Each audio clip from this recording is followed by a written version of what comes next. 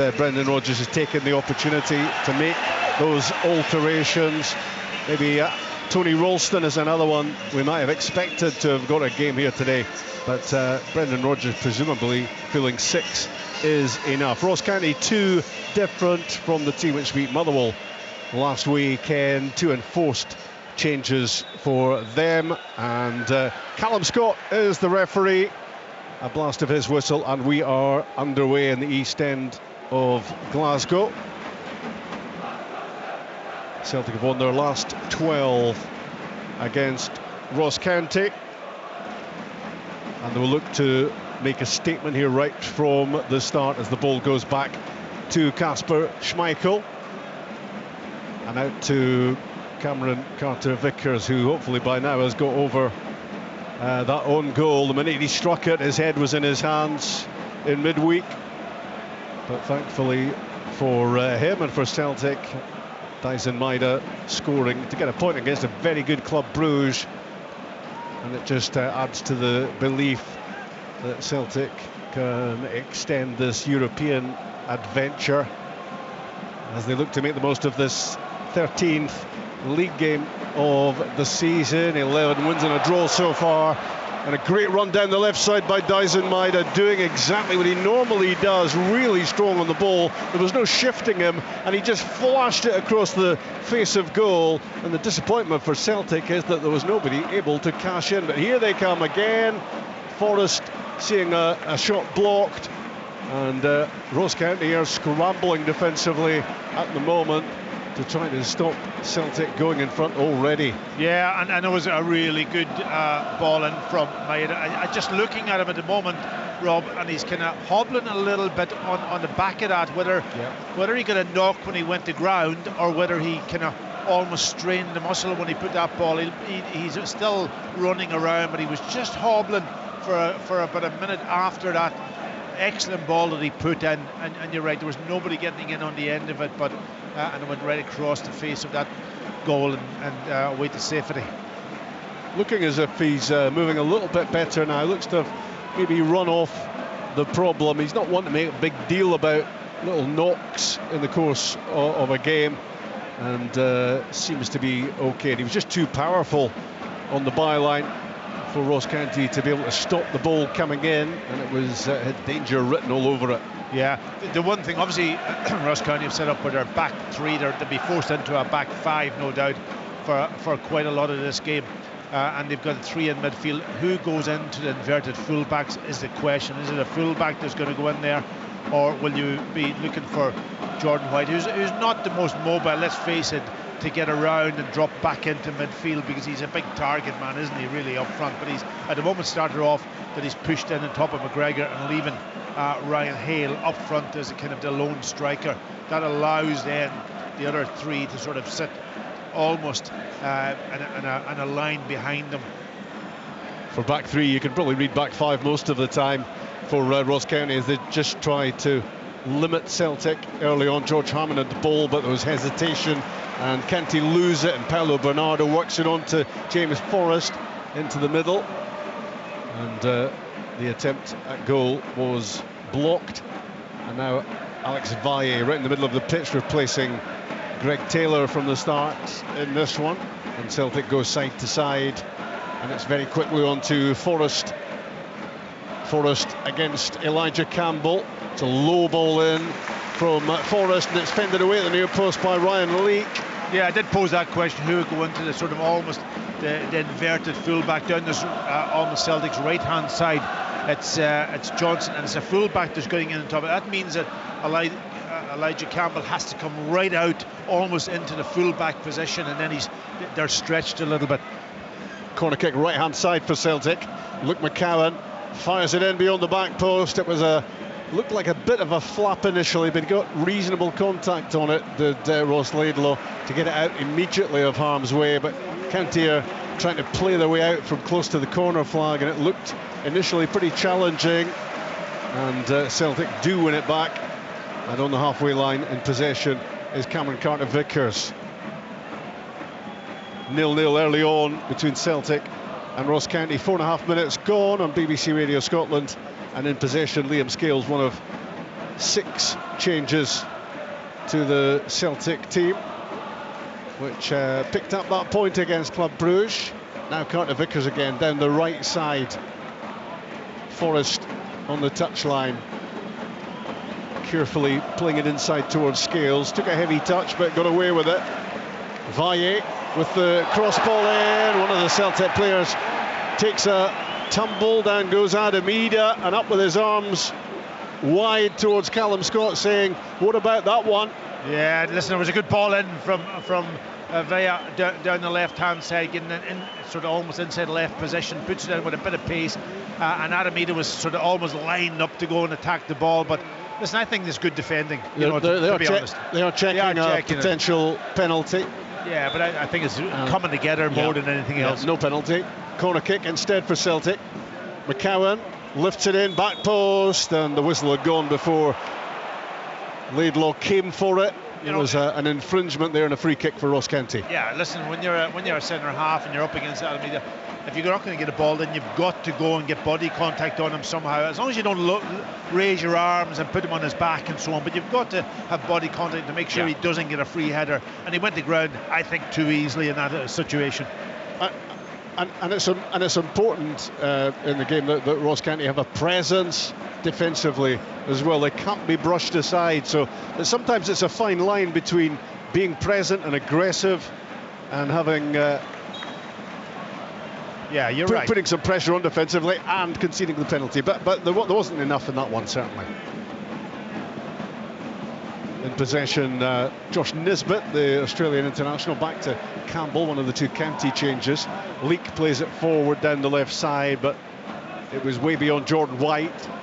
2 strikers on the pitch, Ross County. I guess you might have wondered if they would sacrifice a striker from the start here and try to pack out the midfield, but so they do have targets up top, but the problem for them at the moment is getting the ball, and that was always going to be the issue here. Yeah, no, listen, it's going to be about hard work. It's going to be about killing the spaces, getting the distances right, communication, all the defensive qualities that you want in your team, because Celtic will move the ball, they'll keep moving position also, and you've got to be tuned in. But there's an interesting one. There's Elijah Campbell going in on top of Johnson, who's inverted, and the wing back staying on Forrest. So they have got to get those combinations right, those defensive combinations right. McCowan gets the better of Leak, right hand side, chipped into the box, laid off by Paolo Bernardo, and Ross County get an important interception. Noah Chilvers ushers the ball away, and it's going to be a free kick against the challenge on Ross County's number 10. They'll feel that every minute is important here as they try to get a foothold in the game. We're heading towards 8 minutes at Celtic Park, and it's still goalless. Yeah, you want to stay in the game, almost into a situation where you can get that. If you can get the first half hour, 30 minutes over you, then you're staying in the game, then you have a little bit of a chance to settle in. Don't lose anything early on and give yourself a real uphill task. Chilvers making an enterprising run down the left side for Ross County before he ran out of pitch, and Celtic take the throw in and switch it across to the left side for Valle. And now back with Carter Vickers as Celtic look for an early breakthrough against a Ross County team who've only lost one of their last 5, picked up 8 points in the process, but 12 of their 15 have come in Dingwall, and it's on the road where they struggle. It's been 14 months, I think, since they had a league win away from home. Celtic continue to probe. McCowan has been heavily involved early on. James Forrest jinks inside. Valle with a little chip. Bernardo's header down, and County reacting quickly. Akil Wright it was, sliding the ball behind. Didn't really care too much where that one went, but he was concerned that it was going to be a hooped shirt that was going to get on the end of that knockdown from Paolo Bernardo. So another Celtic corner again on this right side. McCowan fires it in! And Liam Scales marks his return to the starting lineup with the opener inside 10 minutes for Celtic. They want to step into December with a 5-point Premiership lead, and they are off and running. Yeah, we did say about not losing a goal early on in this game for Ross County, and that was just a set piece played into the 6-yard box. And really, Liam Scales, listen, I think that's an area that he's improved dramatically. Heading, his timing is better now, and he just goes and attacks the ball. And I'm not sure who's up against him. I think it was Wright that was actually maybe picking him up, and he just couldn't match him in the air. And once he got his head to it from that distance, it was about just hitting the target, and he's done that and put Celtic into that position where they love to be. Now the game is slightly different for Ross County and for Celtic for that matter. Powerful header from Liam Scales. I just wonder about Ross Laidlaw, and you'll know a lot more about this than me, Packy, but it was right over the top of the goalkeeper.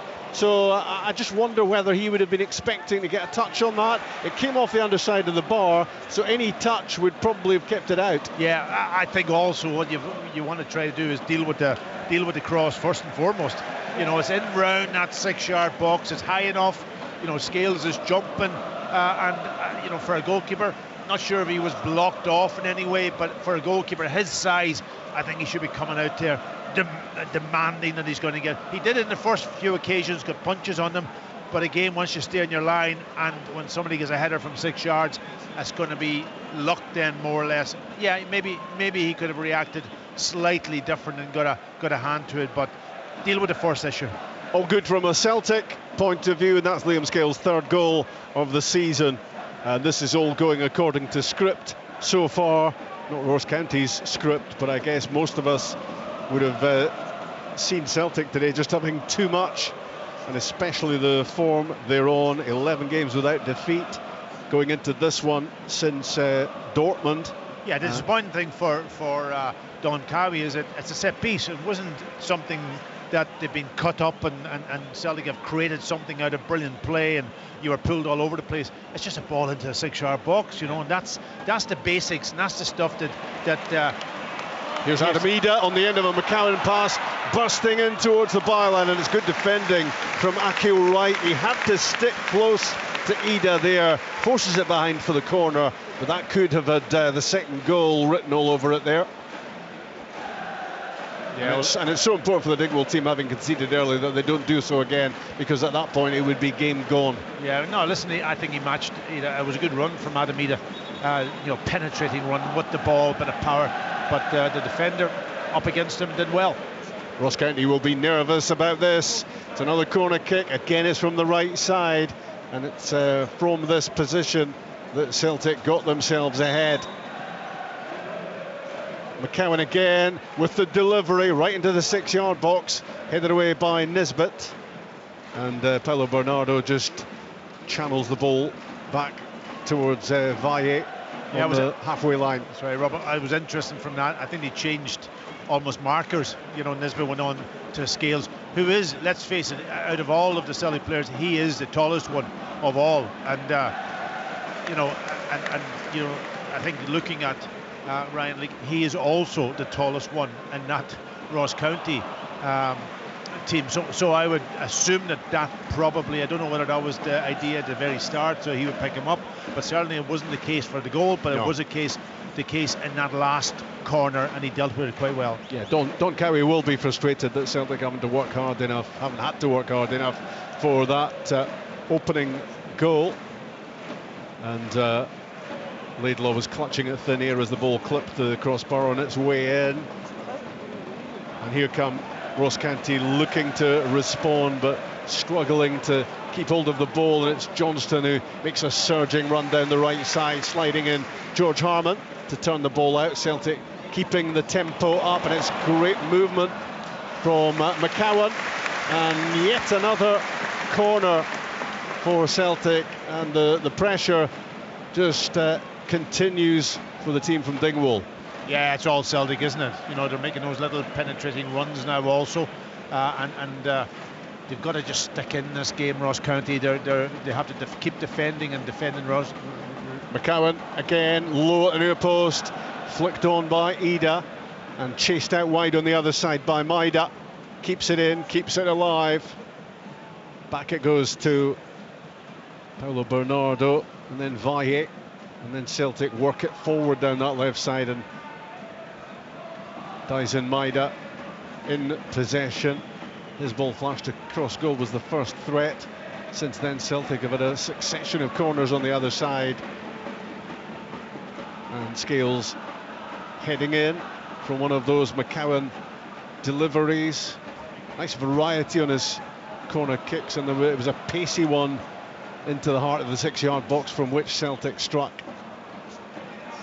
Maida coming in off the left side, doesn't manage to pick out Paulo Bernardo. Akio Wright lets it run, and it's through to Ross Laidlaw. And I think at the moment the county keeper and his teammates will just take a breath, because it's been constant chasing for them, and the ball has spent a lot of time inside their penalty box courtesy of all those corners. Yeah, they just can't get up the pitch. This is an opportunity for them maybe to head it up to Jordan White and see if he can get a little bit of support around about him and get into Celtic's half for a change. The ball left side with James Brown for County. They look to have rejigged a little, County, to try to deal with Celtic, but it doesn't help if you give it away cheaply, as James Brown has just done. Over-ambitious with a long pass. They just need to get some short passes, even if they're going nowhere, County, and just keep hold of the ball for a bit. Free kick in the centre circle, given against Ida. Yeah, listen, you know, put a few passes together. It's not easy because Celtic counter pressure so quickly when you win the ball, and it stops you from maybe just settling on the ball a little bit to just find your way into the game. But this is an opportunity for them again. It's a free kick on the halfway line. They can push maybe a couple of the bigger players forward. Noah Chilvers with the free kick on the halfway line, angles it out left for Harmon. George Harmon, well, gets the delivery all wrong. There were about half a dozen dark blue shirts inside the penalty box, and he drilled it about 10 yards behind them and out for a throw-in on the other side. You know what amazes me in the modern game?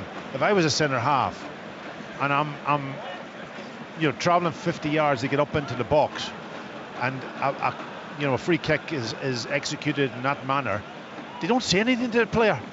they almost just run back. An acceptance. Oh my word! In yeah. our day, you would have Mick McCarthy, you'd have Roy Aitken, you'd have Tom McGann, those guys screaming at you. Yeah, it wouldn't be polite either. I know that. On the ball, Carter Vickers for Celtic. Off to the ideal start.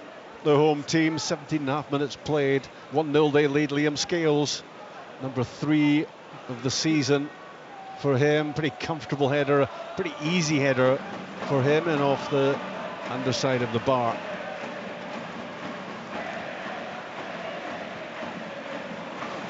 "20 games this season for Celtic, just that one defeat, a bruising defeat in Dortmund, but they really have recovered well, and the European campaign is looking good." Yeah, when you can make 6 changes and they can come in and they're fresh players and they're all able to still play the same tempo, the same almost theme that here's and then takes nothing away from their performance. That's when you know that you've got a good squad and they're all tuned into how you want to play. The ball is in the gloves of Ross Laidlaw at the moment, and he unloads it and at least gets the ball out of the Ross County half, but it's just not sticking for them at all so far. And Alistair Johnson whips a pass down the right side. Elijah Campbell sees it coming and he steers it back to Laidlaw, who gets his kick out all wrong. Almost hits Don Cowie in the technical area, and again that's just handing the ball back to Celtic. No excuses on a pitch like that, I'm afraid. In our day, the pitches weren't the best. You always had that excuse up your sleeve, but I'm afraid it's not there now for the modern player. Celtic 1, Ross County 0. Maida linking with Valle down the left side. The 20-year-old on loan from Barcelona getting another start. Greg Taylor's on the bench, and Celtic have plenty to go to were this not to work out with the starting 11, but every indication that there's not going to be a great problem for Celtic here. Free kick given against Campbell just outside the penalty box. Really wasn't a challenge he was having to make. A little bit clumsy, and it's just another set piece for Celtic, and of course their goal has come from a set piece. And you know, I look at Ross County, you know, one thing you would say is that they've got enough physicality, enough height in that team to deal with set pieces. You know, Celtic have got skills, they've got maybe Carter, Vickers, Adamida, and that's really about it. Yeah. You know, so and they've got 3, 4, 5 players that's all over 6 foot, maybe 6'2", 6'3". Here's the free kick, and it's Paulo Bernardo swings it in, right-footed. Scales trying to get on the end of it again. County defended that a lot better than they did the corner kick from which he scored, and the whistle has gone in any case. And what's crucial for County at the moment is just not suffering more damage with 20 minutes gone now. Yeah, it's just obviously you're right, that's critical, that they don't lose anything else, but they just need to find a way also to progress up the pitch.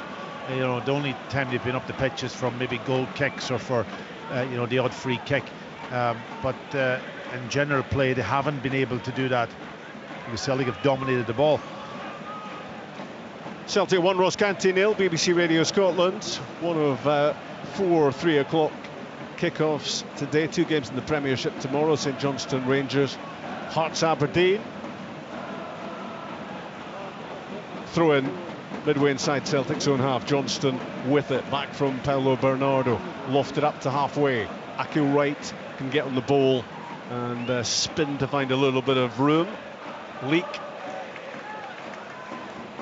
has the ball played back to him and then can't get his left boot wrapped around it as he tried to play it down the left side. It flies out for a throw-in. They're making basic mistakes, Ross County, that aren't helping. No, it's not. And listen, all he's got to do is turn out and even play back to the goalkeeper just to keep possession a little bit, and then he's in a better position to maybe build the game, but just don't kick it away. Brown plays it forward. Carter Vickers heads it clear. Nisbet in the middle of the midfield. They're just being overwhelmed, Ross County. They can't really get any serious possession of the ball. They've got White and Hale up front, but those two starved of the ball so far as Celtic have dominated. And we're almost midway through the first half. Celtic 1, Ross County 0. Scales, the goal scorer, stepping into the midfield, confident on the ball. McGregor gets involved in Valle, and now opening up the afterburners was Maida, and he was hauled back. Yeah, it's a booking. Yeah, it's got to be a booking. Yellow for James Brown. James Brown, yeah, because he had beat him. He just waited for the defender just to step in, and he just knocked it past him, and then almost open up his pace. And just Brown, the only thing he could do is pull him back to stop him, and that's what gets him the booking. So free kick for Celtic, just a couple of yards in from the touchline, left-hand side, in line with the edge of the penalty box.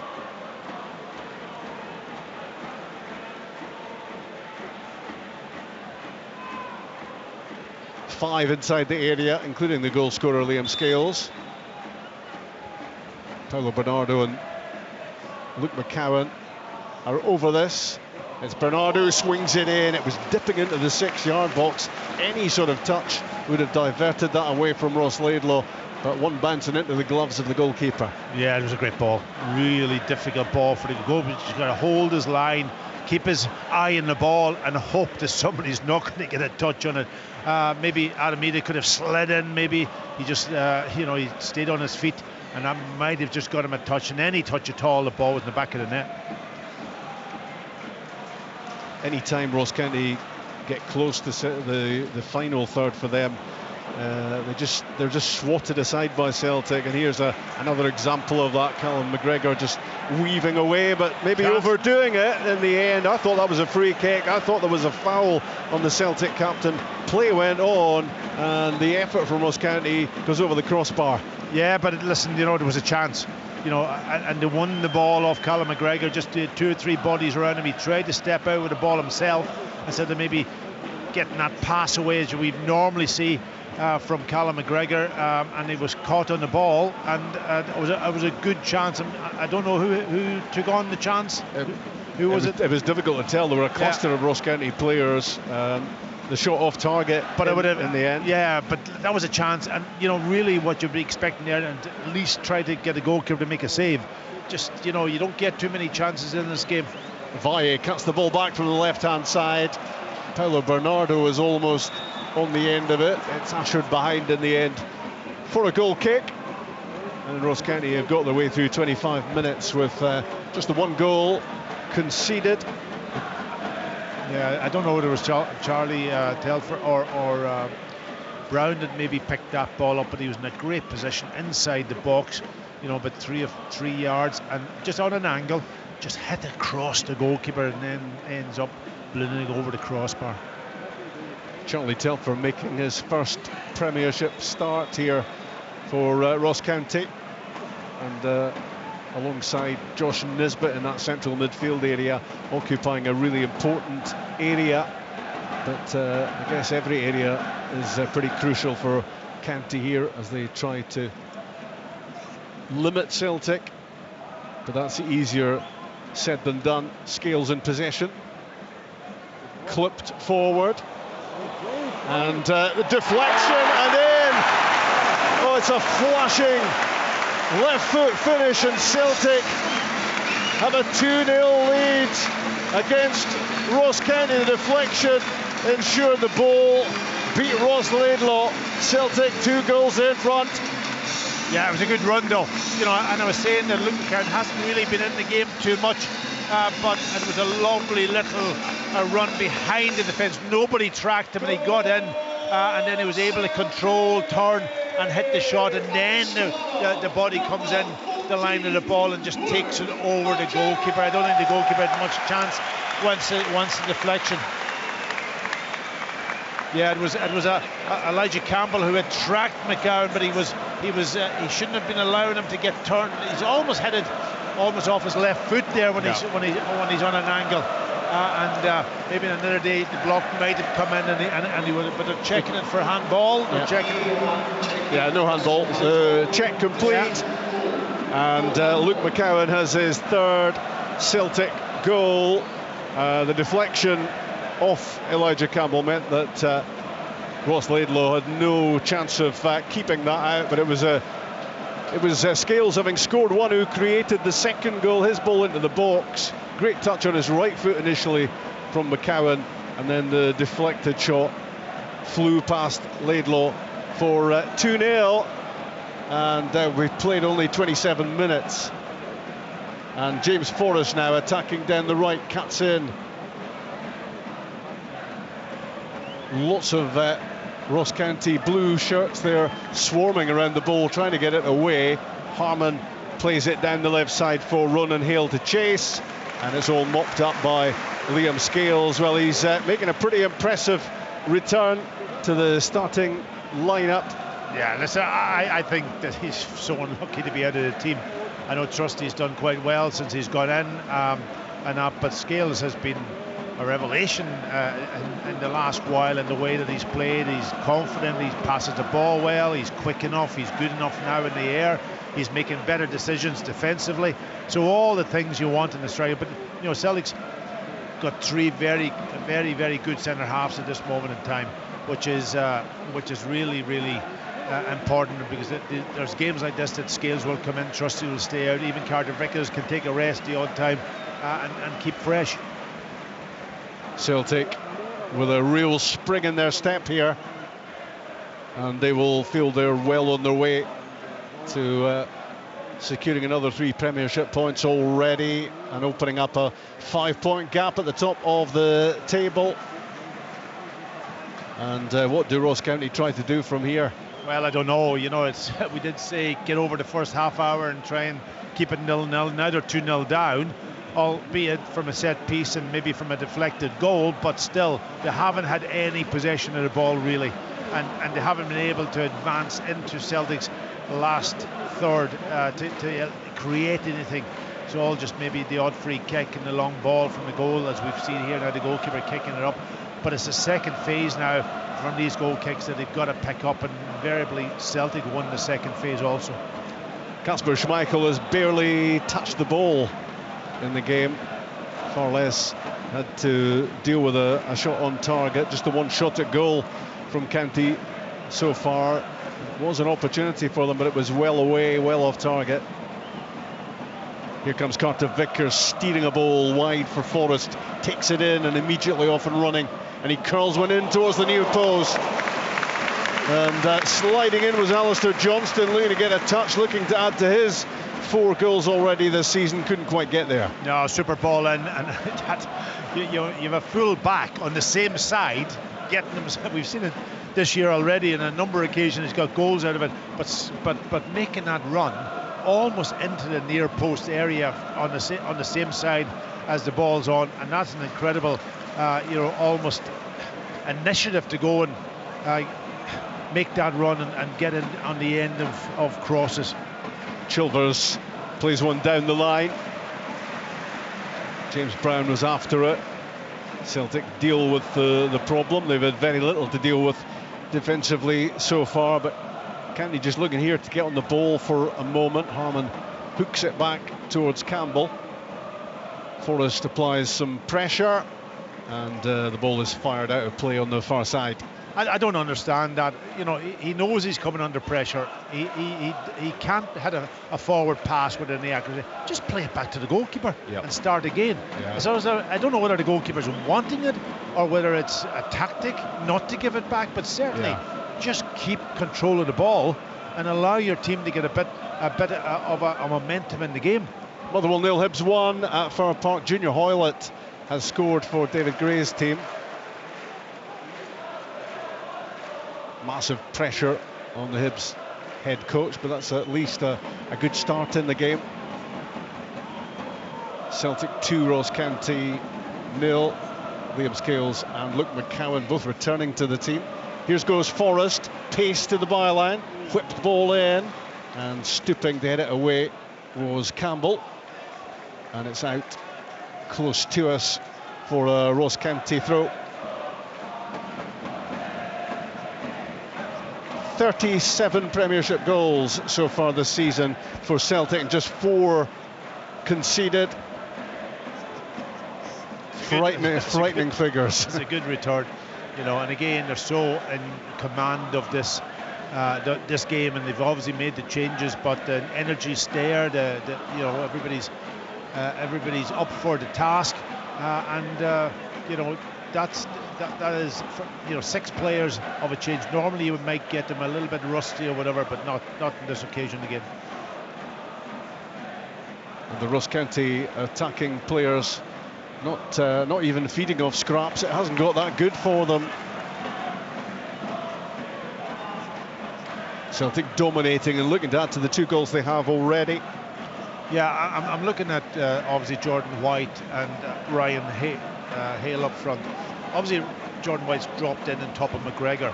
Ryan Hale's up on his own. I know he's quick and he's clever and he's done well as a young man, but would it not be better the other way around, when you have White up as a target man and Hale then feeding off him and still doing his little bit of work on McGregor trying to stop him, but it's almost as if they don't have a target to hit properly. Yeah, it's not been held up front at all for Ross County.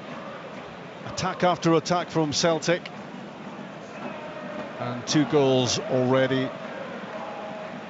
Vai works the 1-2 and then cuts in field and rolls the ball back to Scales. McCowan slips one through.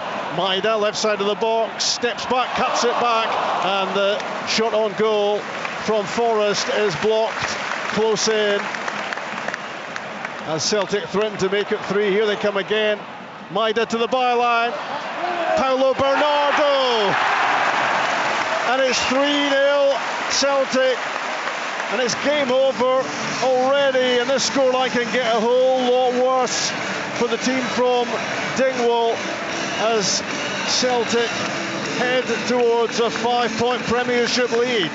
Yeah, listen, you know, we know that Maeda has got unbelievable pace to get in behind a defence. You've got to try to stop the pass. Really, you can't. I don't think you can match his run.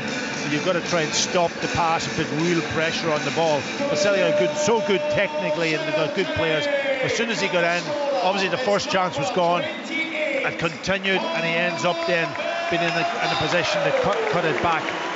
You know, the first person in there was Forrest. You had said he hadn't scored this year. Yeah. But he got into the position to score, which was brilliant. And then, of course, Bernardo following up, getting into again another good position for a midfielder. And it was a nice finish at the end of it all. But the game, yeah, you're right, the game is over. It's going to be a long afternoon for Ross County.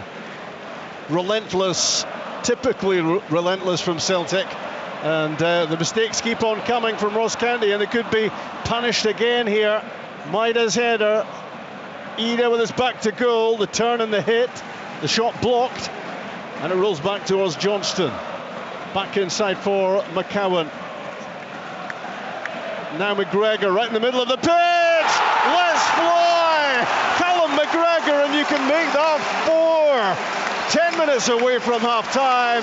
The captain scores again from long range. That flies past Laidlaw, and Celtic are demolishing Ross County here. Yeah, the word is demolish, and really, and what a strike from Callum McGregor though. You know, again, technical players in the middle of the pitch, keeping the ball alive, finding a little bit of space, and then it comes to McGregor. He had options maybe to try that little penetrating pass, but he took it on the responsibility himself and buries it with that left foot into the back of the net. Just the space was there and strikes it through. And look at the goalkeeper, I don't think had any chance there.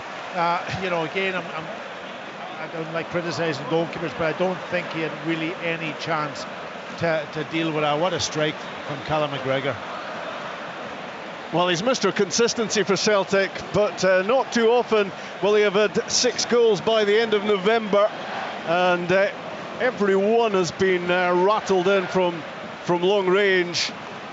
And Ross Laidlaw struggled to get a view of that, far less stop it. And the big concern now for Ross County is that Celtic will fancy beating their biggest score of the season so far. They've won 6-0 twice against St Johnstone in Perth and against Aberdeen in the League Cup semi-final, and they're only 2 short of that total as things stand, and we've 8 minutes left in the first half. Yeah, and there's been a variety of goals, hasn't it? One from a set piece, one obviously with a good run from McCowan, deflection, then obviously a cut back where Bernardo ends up putting in the back of the net, good finish, and then that strike from outside the box from McGregor, probably the best of them all. A back pass from Liam Scales gives Kasper Schmeichel one of his few first half touches. Celtic proving to be unstoppable here, and I guess this game is going the way a lot of people would have expected it would have gone. This is no contest, but Ross County are just trying to get some sort of joy before the end of the first half. A little flurry in attack for them, but it's been a rarity, and here come Celtic in response with Johnston charging forward, angling his run inside, and finally it was Ryan Leake who managed to cut out the pass and drive the ball away, and Ross County look beleaguered.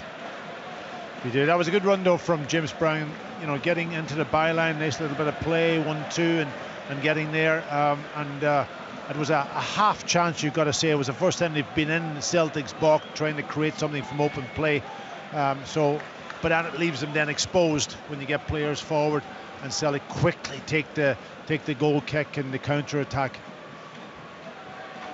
Well, Celtic's next goal, if there is one, or maybe when there is one, will be number 40 in the Premiership this season. Scary stuff. Forward it goes from Scales, probing again, and Ross County struggling to cope. Forrest with a shot that's blocked at the edge of the area. To scramble to try to get it away. And immediately Celtic win it back with Valle. Cut across the edge of the box. And there is number 5. And it's Adam Ida this time, who adds to this incredible first half scoreline in the East End of Glasgow. 5 different goal scorers, 5-0 Celtic, and this could become anything. Oh, it could. You know, I'm looking at Ross County players, and I'm looking at them totally dejected, but what a finish from Adam Ida. And it was great counter pressing from Celtic. You know, they lost the ball, the edge of the box. That man Maeda not giving up, closing down the player on the ball, and then it comes eventually to Adam Ida, what, about maybe 20 yards out, just drags it back from, I think it was Nisbet that sort of kind of almost dived and just drags it back, bends it round the goalkeeper brilliantly from the edge of the box. Great finish from a striker, and that's what you're looking for. Ross County making all sorts of mistakes in this game, and everyone is getting punished, and that's what Celtic can do to you, because as you said there, Packy, Nisbet just has to stay in front of Ida and make sure the shot's not going to hit the target. That's it. He charges in, and then it's a free hit. Yeah, charges in, and Adam was really aware of him coming in with a little bit of pace, and he just kind of almost touches it around him, and then the space opens up, and it's on his right foot, and he can bend it then round the goalkeeper from the edge of the box. Celtic want more. McCowan to Forrest at the edge of the area. McCowan's curling cross in, headed away by James Brown. Maeda was all over him, looking to get on the end of that. There will be no respite for Ross County. Celtic will not ease off, and they're just now 1 goal away from equaling their biggest wins of the season. And who would bet against them going beyond that in the course of this game? All in the first half. You know, Ross County's got to survive a second half also. You know, the thing from Celtic's perspective today is that I think Brendan Rodgers talked before the game about energy and keeping energy levels up and all that. It's been an abundance today, hasn't it? They've moved the ball. Every time they've lost it, they've won it back. Every player's looking for the ball. Paulo Bernardo with a cheeky little flick back to Alex Valle, 25 yards out, tries the right foot shot, saved by Laidlaw, cut back by Maeda, and it was a chance for an Ida double, and somehow Ross County managed to survive that scare. Yeah, listen, again, they're now taking shots from the edge of the box. All of them have confidence. It was a decent save, made it onto it like lightning, and then cuts it back for, he could have finished himself. In comes the Paulo Bernardo corner kick. But it was a good block, I've got to say. I think it was maybe right, was it? They got himself across just as Adam Ida was opening up to strike it on target. But no, Celtic are just overwhelming Ross County at the moment. There's no respite for them whatsoever. Ross County want that away dressing room as quick as humanly possible to recover from what they've gone through in this first half, and then to make some plans if they can for after the interval. Celtic irrepressible and commanding, and heading towards a big win already here. That's us 43 minutes, 5 goals already, 5 different goal scorers, and it has got to 40 Premiership goals for the season, and we're on the last day of November. Yeah, listen, there's a big gap between the two teams, there's no doubt. It's shown here today. Listen, you know, we go back to the game up in Dingwall when Ross County made a real fist of it. Celtic looked a little bit jaded that day, but Ross County did well. But today, there's just been men against boys, I've got to say.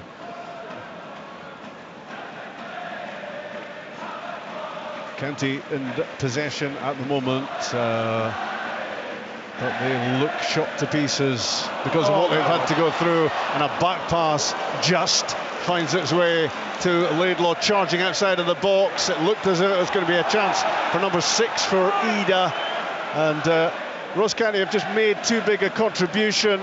They will feel to their own downfall here.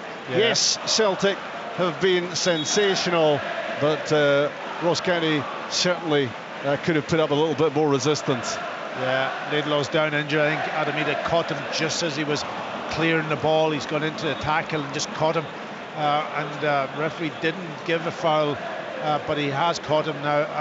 I'm thinking Ross Laidlaw with another half to go. Maybe that injury might just give him a bit of a breather, to be honest. I'm being probably a little bit naughty here and saying, what's going through his mind, Yeah, it's an 8th goal of the season for Adamida. It was a great finish. It was unstoppable after Nisbet had committed himself and opened things up for Ida, and he just curled it in right-footed from the edge of the area, and he will want to be adding to his goals tally. Maybe when he joined Celtic on a permanent basis in the summer, he was a little bit short of fitness. He's constantly been having to find a little bit more in terms of fitness and sharpness. Yeah. But this is certainly a good opportunity for him to start, and like quite a few of these players, he's made the most of the opportunity to add to his goals. Number 3 of the season for both McCowan and Bernardo, number 3 for Liam Scales as well. Yeah, sorry, I'm just looking at Ross Laidlaw. I think he's going to come off at half-time. I know we're right on half-time, so he'll probably stay. But I think what's happened is his knees, sort of when he went to go and play it, he's caught him in his knee joint, might have opened up a little bit. I thought it was his ankle first, but it's more his knee joint, and that's a sore one. We're playing 3 minutes of stoppage time at the end of the first half, and Ross County at the moment want to be put out of their misery. They want 15 minutes in a darkened room, you would imagine, on the back of this. It's gone horribly for the team from Dingwall. Celtic loving every moment, and they will be thinking they have the potential here to score another 5 in the second half. Carter Vickers halfway line, out wide again for James Forrest.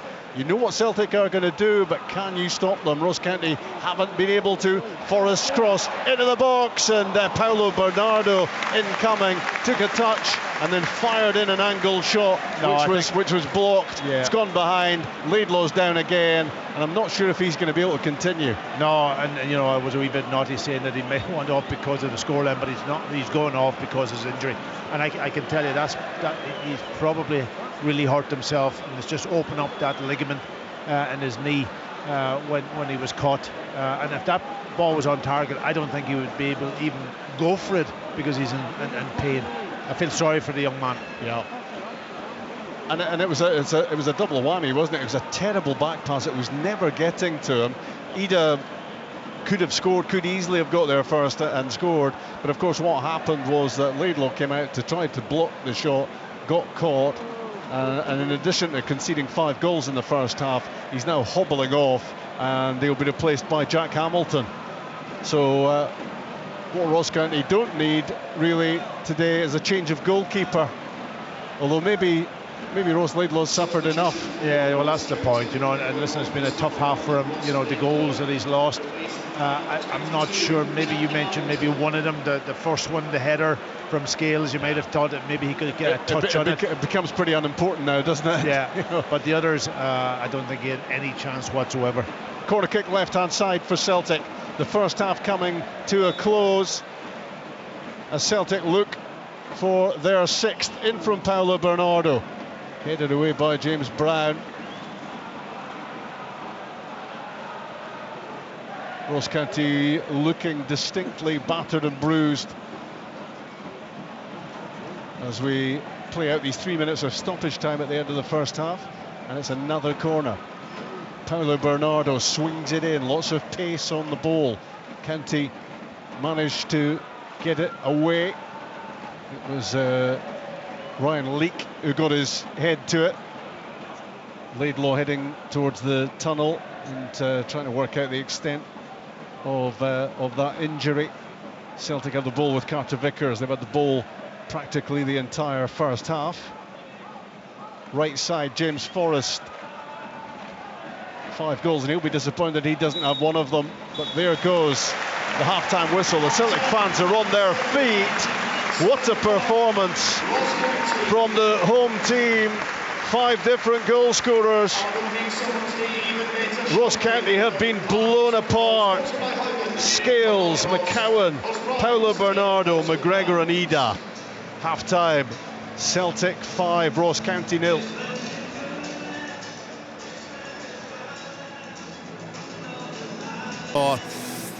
The dressing rooms there, they've been in great form of late. Very, very good, you'd have to say, against Aberdeen last weekend.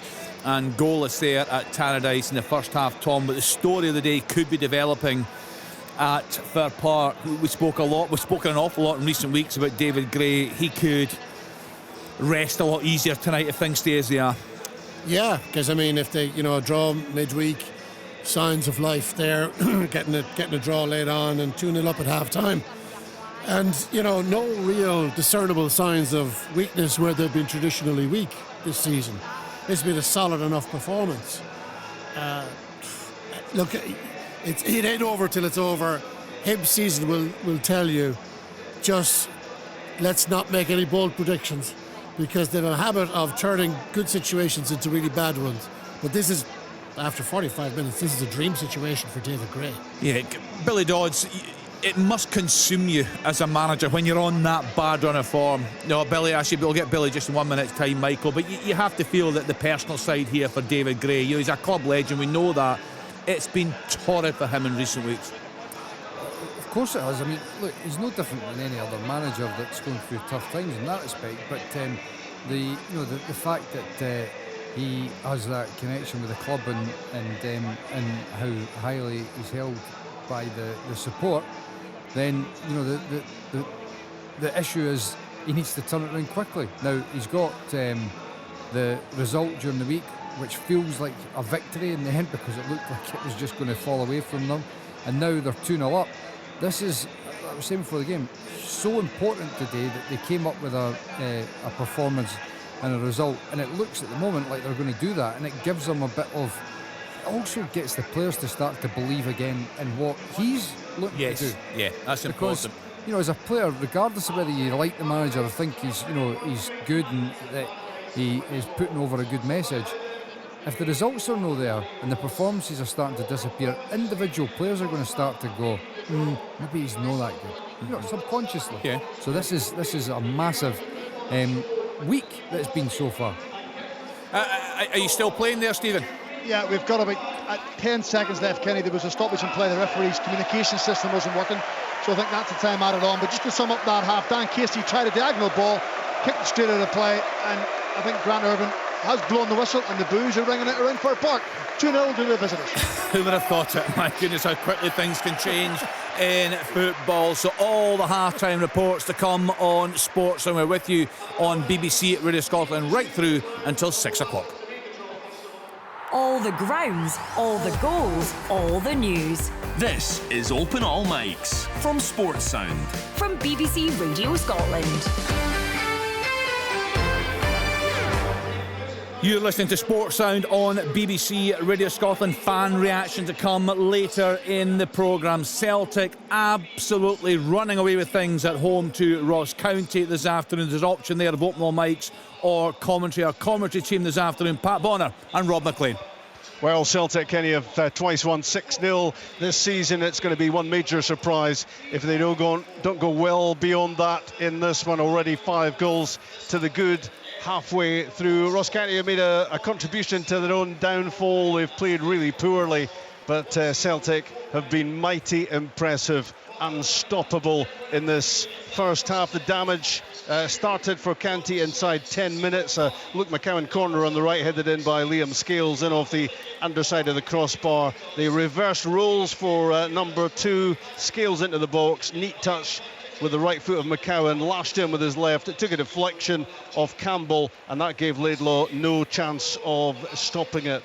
2-0 became 3-0 when Midas cutback was turned in by Paulo Bernardo, and Callum McGregor kept up his impressive record of lashing in 25-yarders when he produced another one here. 6 goals for the season for the captain, and that made it 4-0. 4 became 5 when Adam Ida took advantage of some sloppy Ross County defending, and there's been plenty of that. to find the opportunity at the edge of the box to curl in a right footer for his 8th goal of the season.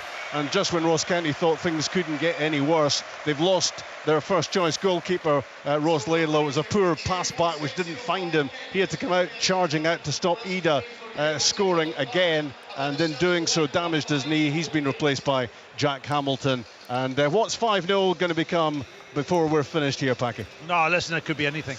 Really is. It was a dominant display from Celtic from the first minute. Real energy about them. He made all the changes, but didn't take away from their performance, and the goals, all different types of goals, and the last two was really good, very, very good strikes. So yeah, Ross County, I don't know what they do, they just sort of hang in there, but it's 45 minutes. That could be the biggest tally of the season if they keep doing what they've done in the first half. Celtic are going to end November with a 5-point Premiership lead, and they've got 5 goals here already. The option of second half commentary to come from Rob McLean and Pat Bonner. Motherwell against Hibs at Fir Park. We gave this one the big build-up, the pressure undoubtedly on the Hibs manager David Gray. So far, Stephen Craigan, his side are delivering. Well, the big question was, Kenny, what Hibs would turn up today? And I have to say, it's been a good Hibs that's turned up. They fully deserve to be ahead. They haven't played like a team who are bottom of the table, and the best players have been in Hibs jerseys this afternoon, and I'm not too sure you could been able to say that too often this season. It did take him until the 27th minute to get that opening goal. It was a cross from the left-hand side from Nicky Cadden. Aston Oxborough on goal for Motherwell didn't cover himself in glory. He came, he threw his arm at it, he completely missed it. And Junior Hoylett will not get an easier goal this season. Just tapped it home from a yard, and I have to say at that stage they richly deserved it. It was a really controlled performance, an assured performance. They weren't lacking in confidence. You could see they were growing as the game went on. They could have had a second when Ellie Yuhan headed into the arms of Oxborough. It was a cross from Chris Cadden on the right hand side that time. Nicky Cadden then went close with a free kick from 20 yards, and from that resulting corner it was 2-0. Cross into the box, Motherwell couldn't get it clear, it ricocheted about, and Kukarevic eventually poked it past Aston Oxborough. But with regards to Motherwell, lack of ideas, they've no patterns of play, they've been too negative in possession, they get booed off at half time, they haven't had an attempt on target. But it's not about them in the first half. It's all about Hibs and how well they played, and they find themselves 2 goals up. Half-time here at Fir Park. Motherwell 0, Hibs 2. Thanks to Stephen Craigan. We spoke pre-match about the amount of goals in recent times when Kilmarnock played Dundee, but stalemate so far, Rory Loy. Yeah, we normally try to avoid doing that because it does entice a 0-0. However, I did have every confidence we would get some goals, but fingers crossed the second half producing a little bit more goal-mouth action. That being said, in the first 15 minutes, Dundee did produce a fair bit. On 5 minutes, Mulligan ran down the right after a poor D's pass. He cut back, and McGee's shot was well saved by McCrory. The resulting corner eventually found its way to McGee again. However, he headed over the bar. On to 8 minutes, and Cameron's shot from just outside the box flashed just wide of McCrory's goal. And then on 10 minutes, Mulligan again, the provider, he ran past Murray this time and past Dees. He squared right across to the back post. However, Simon Murray had overshot and was stretching to try and get the ball back into the goals. He did eventually get it, but by that point McCrory was recovered into position and produced a good save. 28 minutes, Anderson produced the only real chance of the game for Kilmarnock so far. They did have a free kick from Fraser Murray which went straight into the hands of McCracken towards the end of the half, but Anderson's chance in 28 minutes was created by Marley Watkins with a ball with his left foot into the box. Anderson arrived right on time, however didn't get enough touches on the header, and it flashed wide of the goal. It's 0-0 here at half time, Kenny. Thanks to Rory Loy. Willie Miller is at Tannadice for us this afternoon. You said before the game, Willie, you were expecting a tight affair there, and so far that's what's turned out to be the case. Yeah, correct. I think both managers put a lot of store on the defensive side of the game, making sure that first and foremost they don't lose too many goals, and that has been the case at half time because it's 0-0 here. Dundee United actually, who've been on the back foot for most of the game. I'm not too sure if Jim Goodwin will reconsider his change of formation. It doesn't seem to be working, although they've had the better opportunities. They've had 3 good chances, certainly the Sam Dalby opportunity when he was put through down the left hand side. I think when he's running through, he's got too much in his mind, and there's no one near him, and he takes 3 touches to get himself into the box, and then he balloons it way over the bar. It doesn't threaten the goal whatsoever, and it was a great opportunity that was totally squandered And then Will Ferry had an opportunity coming in again on the left-hand side. A very tight angle, though, he strikes it. The goalkeeper's got himself well positioned. It comes off the post. And then Ryan Strain has an opportunity from a free kick that just goes by the near post. As far as St Mirren are concerned, then they really have dominated the game. They've kind of smothered Dundee United. United have had no opportunity really to build things up. The chances that they've created have been long balls back to front. So that pressing game has certainly worked for Stephen Robinson. But creating chances has been a problem. They haven't shown much at all in terms of creativity. The one opportunity they got, which Jack Walton had license to kill in his mind as he came running out his goal to take Olyasanya outside the box, and only getting a yellow card for it. It was quite an incredible challenge that the goalkeeper put in. And I don't know what the rules are in these things. If he's outside the box, the goalkeepers just get off with it, because in my book, if that's a defender, then it's a red card. Anyway, it was a yellow card, so he got off with that one. So at half time, unfortunately, it's 0-0, but as predicted, I wasn't expecting much more. No, you did say that, Willie, and viewers, listeners can judge for themselves on Sports Scene tonight in regard to that challenge. In the Premiership, Celtic 5, Ross County 0, Dundee United 0, St Mirren 0, Kilmarnock 0, Dundee 0, Motherwell 0, Hibs 2. We are covering 2 games in the third round of the Scottish Cup this afternoon. Let's hear from Chick Young. Chick, you're watching Linlithgow Rose against Wraith Rovers. Indeed, I am, Kenny, and if you like the beautiful game played beautifully, do not play it in the wind. There's been an end-to-end very strong breeze, to say the least, blowing in the first half in favour of Linlithgow Rose, and the ball is overrun for them. It's not been a great football match. Rovers are ahead by a 1-0. It came after 22 minutes. Lewis Gibson, the scorer. They've looked very comfortable in the wake of that, have Wraith Rovers, and now, of course, the teams are now in the park about to kick off.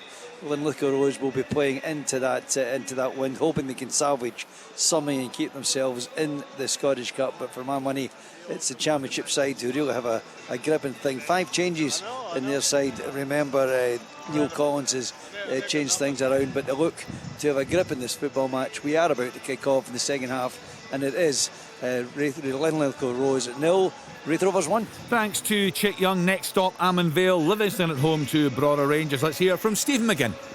Yeah, in Livingston 2-0 up, very deserving of the scoreline. After an initial 10-15 minutes, Brora came here obviously full of confidence. They're used to winning games. They're very competitive, aggressive, but I mean, I'm probably guilty of it, as some of us are.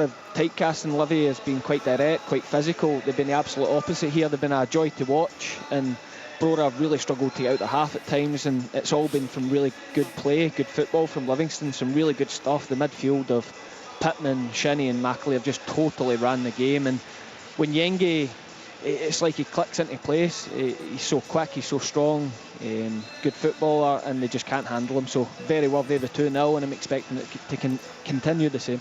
Thanks to Steve McGinn. Elsewhere in the third round of the Scottish Cup are Broth 0, Queen of the South 0, Ayr United 0, Morton 0, Banks o' Dee 0, Hamilton Accies 2, Clydebank 0, Bucky Thistle 0, Bucky down to 10 men.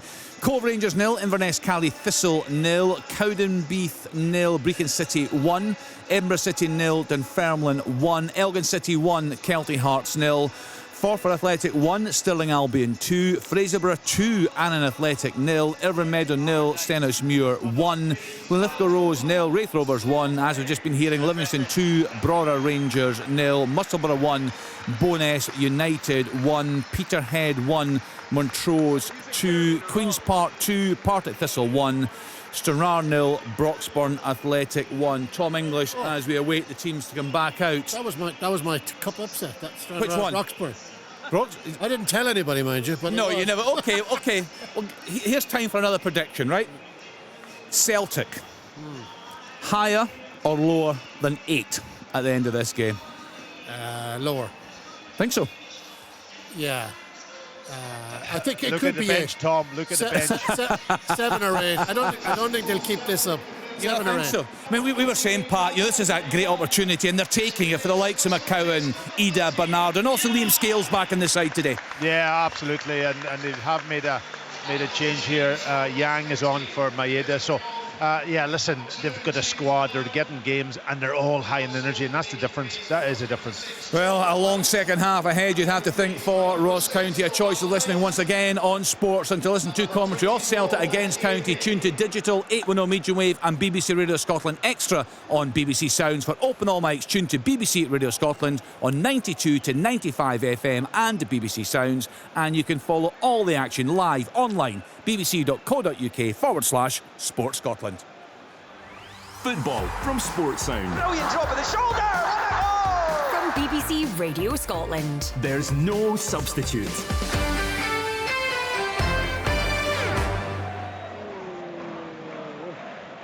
Underway, second half at Celtic Park. One-way traffic so far. Ross County made a couple of changes during the interval. No great surprise there. But you do have the feeling it probably doesn't make a great deal of difference what they do. They need to play better. They need to cut out the basic errors. But Celtic have been hugely impressive so far. And they'll want more than 5-0. The half-time scoreline, Yang has replaced Maida on the left side of the attack for Celtic. And it's Scott Allardyce and Mickey Effete who have come off the bench for Ross County in a bid to tighten things up. But there is a feeling that the horse has already bolted in style for Celtic. Just one short of their biggest win of the season. It's going to take some effort from the team from Dingwall to stop that happening. Yeah, well, listen, they have to try to compete somehow, and they've got to get a wee bit closer, maybe people in the middle of the pitch, because they're being totally outplayed in there, and they can't get a hold of the ball, and that doesn't help when the goalkeeper gets the ball back and he just kicks it straight through to Schmeichel. Yeah. Put it into an area, you've got targets there that you can go and hit. Yeah, and of course the change of goalkeeper makes it 3 substitutions so far for Ross County. Laidlaw having gone off late first half, replaced by Jack Hamilton. Here goes Yang, looking to burst through early on. Adamida tries to work it onto his right foot, and the couple of Ross County defenders closed in on him, last ditch to stop him getting his shot on target. And already in this second half, as lots of fans are taking their seats, Celtic have their first corner since the restart. They went ahead in the game from a corner kick. Paulo Bernardo swings in the corner kick. Hamilton gets gloves on it, gets it out of the penalty box. It's really going to be all about what Celtic want from the second half, you feel? Yeah, well, listen, I don't think they'll drop their I talked about energy levels. They won't drop it. The one thing, they're all fighting for their place. They all want to be involved in European competitions, if not starting, definitely coming off the bench, but they have to keep showing the manager that they're up for that. You know, I'm looking at Scales again. He's been very, very good in this game, not just from his goal, but also in relation to how he's gone about just getting on the ball. Any little chance that Ross County gets, he almost nullifies it, and a good. I'm looking through the other players that's come on the pitch. McCowan, he scored his goal.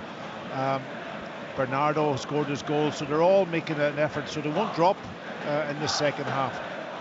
Liam Scales has just cruised through this, scoring with a header, setting up McCowan for number 2, constantly stepping into midfield.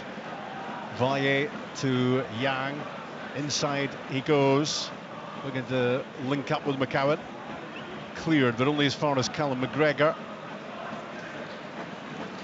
Scales again, angling a ball out wide for Valle, to the byline for Yang. He spins back onto the right foot, rolls it to the edge of the area. Paulo Bernardo, now Valle heading for the byline. Another corner kick on the way as Chilvers got in the way. Chilvers, who likes to be creative for Ross County, but everybody's got to be defending here for the Dingwall team. Just trying to stop this scoreline getting worse. Corner kick on the left again.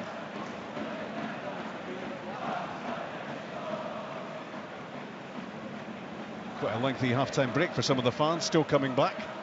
Paulo Bernardo swings it into the box, and there was a lack of certainty about the defending, but they've got away with that one. And at the other end of the pitch, back from Valle to the pretty much unemployed Schmeichel. Yeah, but that's the difference if I compare that to Ross County in the first half. You know, Valle, he was closed down there by Ryan Hale, but he had an opportunity to go back to Schmeichel just to get the pressure off himself and start again, and that wasn't happening with Ross County in the first half. They just kept almost kicking the ball away and out of play and giving the ball back to Celtic. On halfway, Scales, Paulo Bernardo to Alex Valle, and across it goes now to Cameron Carter-Vickers. Steered down the inside right channel looking for McCowan, didn't quite make it stick. Hamilton clears, Scales header, and the ball is steered out wide right. Ifete's cross ball in, fended away by Liam Scales. Now Chilvers. Does look like a better shape this for Ross County. Well, the two players that come on there, Allardyce and Ifete, linking up together. And, you know, again he's in. Yep, down the side from Allardyce. Ifete into the box, right hand side. Hale with his back to goal, but Cam defending from Carter-Vickers. Celtic get it clear. Well, there are more hopeful signs here for the Dingwall team, but easy to say that when you're 5-0 down. It's got to get better for them. You almost have to go in at half time and say it's a 0-0 game. I know it's not easy said than done, but certainly, you know, that's the kind of mentality you got to say, listen, let's go in the second half and keep it 0-0 if you can, or try to get something back and win the second half. It's the only mentality that you can almost put into this game for them. James Forrest attacking down the right hand side. The return pass doesn't work out for Johnston this time. Alistair Johnston named in a short list, although it's a bit of a long list from FIFA looking for their best men's 11 of 2024.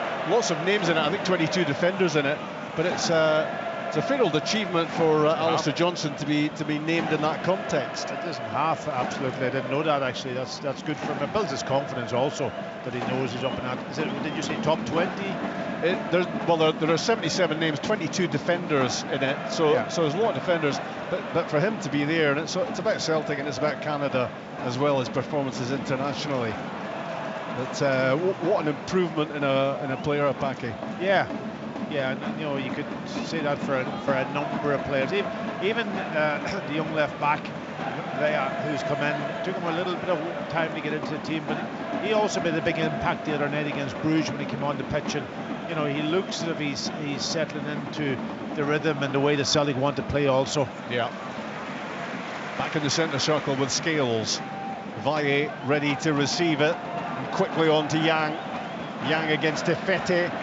Heading for the byline, took a little nick, spinning into the box. And just as McGregor was lining up another left footer, the whistle goes for a free kick for Ross County. 53 minutes gone, and still 5-0 Celtic, heading towards a 5-point lead in the Premiership, and they haven't done their goal difference any harm either.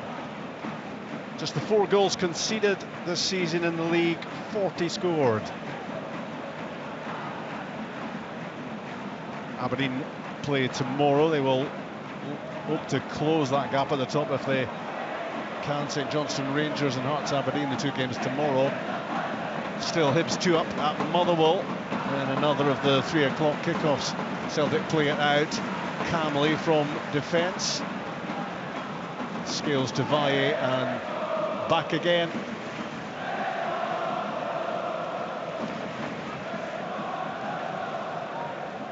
Collected by Ida on the halfway line, laid off, and Celtic moving the ball around the pitch. Easy on the eye. In off the right side comes Forrest. Scales for Yang. Coming in off the touchline. McGregor in the middle of the pitch. Johnston there as well. Again, holding it up is Adam Ida. McCowan. Forrest on the spin. Johnston.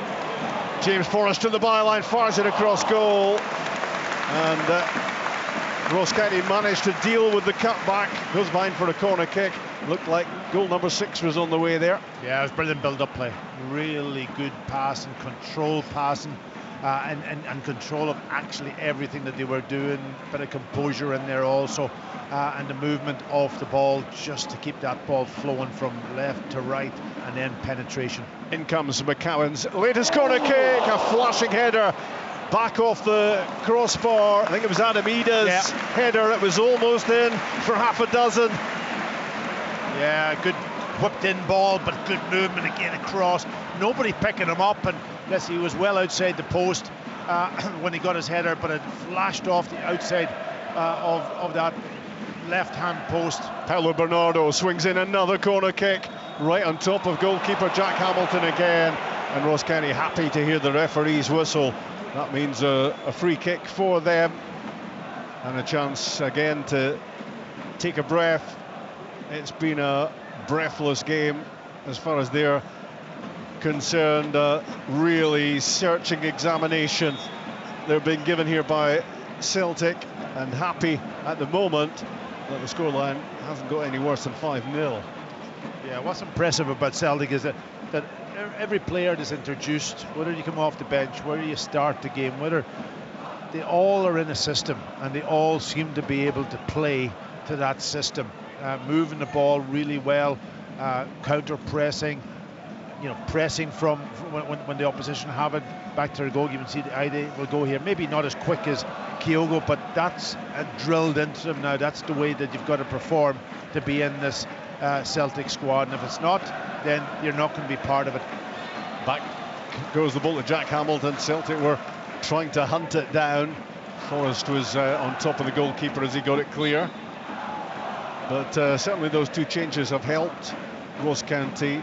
Allardyce has been impressive, and Effete as well. Yeah. Jordan White was one of the players sacrificed, and not surprising. And was it a mistake maybe to start with two strikers, Packy? Well, it's easy with hindsight, isn't it? They haven't changed what they're trying to do. One sitting on McGregor, and the other staying high up the pitch. But it's the personnel.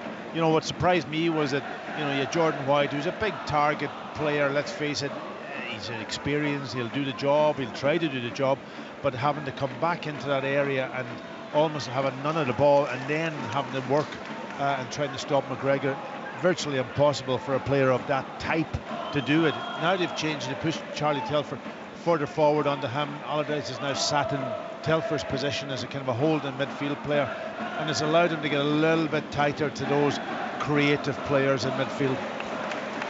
Good ball winning in the middle from McCowan, and it's flicked back by Yang towards Valle. Ronan Hill tries to get there, but he's had little to work with. Ross County's number 9. He's the joint top scorer in the Premiership, but hasn't looked likely to get the sort of opportunity to add to that total so far. On the halfway, Scales to Carter Vickers. Those two and Trusty. Celtic mix and match in central defence, and all the combinations seem to work for them. Now McGregor. Ida with a layoff, slick and quick, and a great save by Jack Hamilton. The danger might not yet be over. Down goes Ida, holding his face in the penalty box. VAR will have a look at that as the Dingwall team scramble the ball clear. Yeah, I didn't think there was really much in it. He almost got a flailing hand more than anything else. There was nothing deliberate about it, and he's gone down. But what a move from Celtic again.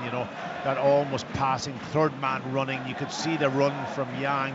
He didn't get involved in the build-up play, but right through the Ross County defence, and when he went through, good save from the goalkeeper. He'll be delighted. You do feel as if that goal number 6 is not far away for Celtic here. Ross County pleased to have got through the best part of 15 second half minutes without any more damage.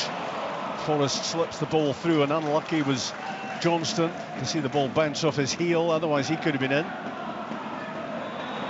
And as he tries to win it back, the free kick is given against the Celtic right back. Celtic will freshen things up a little now with a couple of changes. Callum McGregor is going to be replaced by Arne Engels here. Yeah, I think that's sensible. He's played a lot of football, even though he's not playing international football. He's played a lot of big games in club football, and just give him a little bit of rest. Big games coming up, Aberdeen midweek, and obviously it's still the European games, and he's such a vital cog in the machine. But that allows, I'm not sure who will Engels go into that position as a direct swapper where Bernardo stepped back into. We've seen him play there before. I think it'll be maybe Bernardo stepping back in with Engels sort of on the right of him. Yeah. And Tony Ralston replacing Alistair Johnston at right back. Ross Canty will make another change as well. Victor Laturi is going to come on for them to replace Chilvers.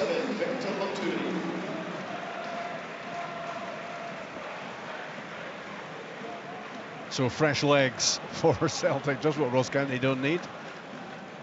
And yeah, another calm, commanding performance from the captain for Celtic, and of course his 6th goal of the season, and it was another belter as well from him.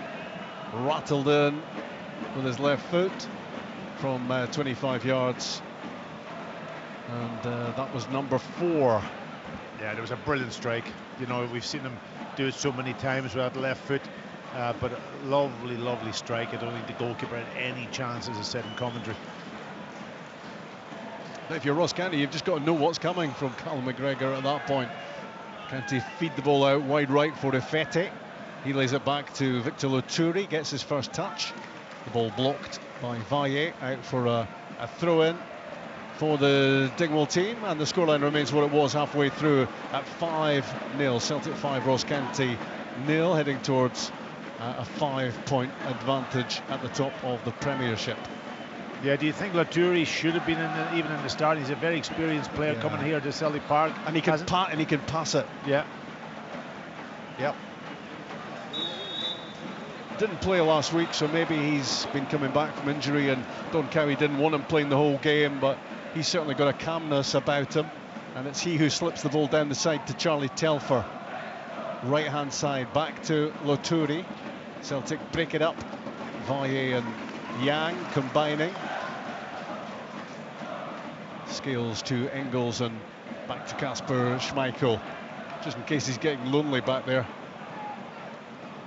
Into the midfield for Arne Engels, works the 1-2 with Paolo Bernardo. There has been a bit of criticism of late, hasn't there, of Arne Engels, but he got off to such a flying start.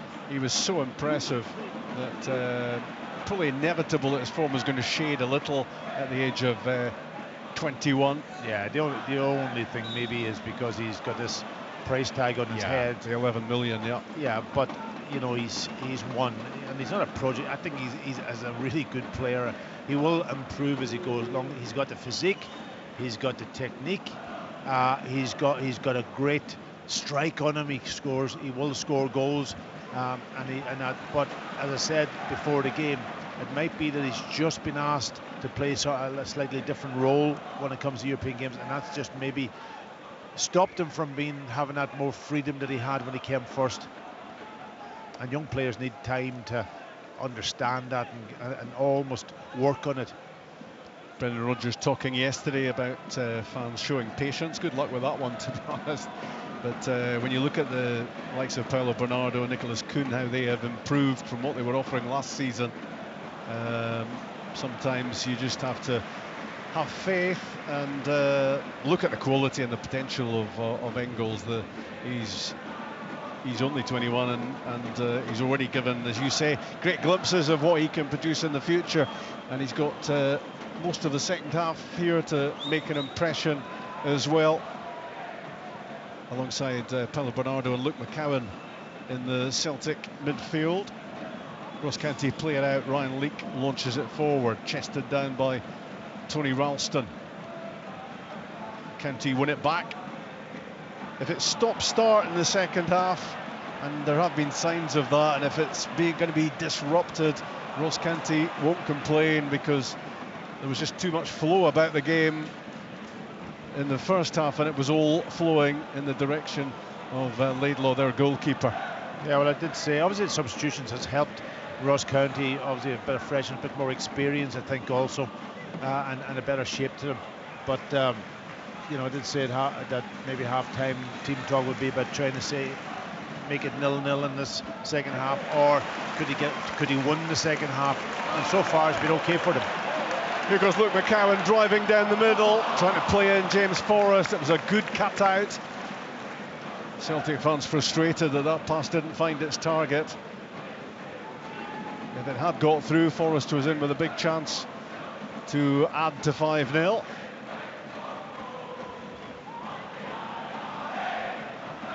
Another ball launched downfield by Ross County into Celtic possession, dominating all aspects of the game, as you would expect, bearing in mind the scoreline.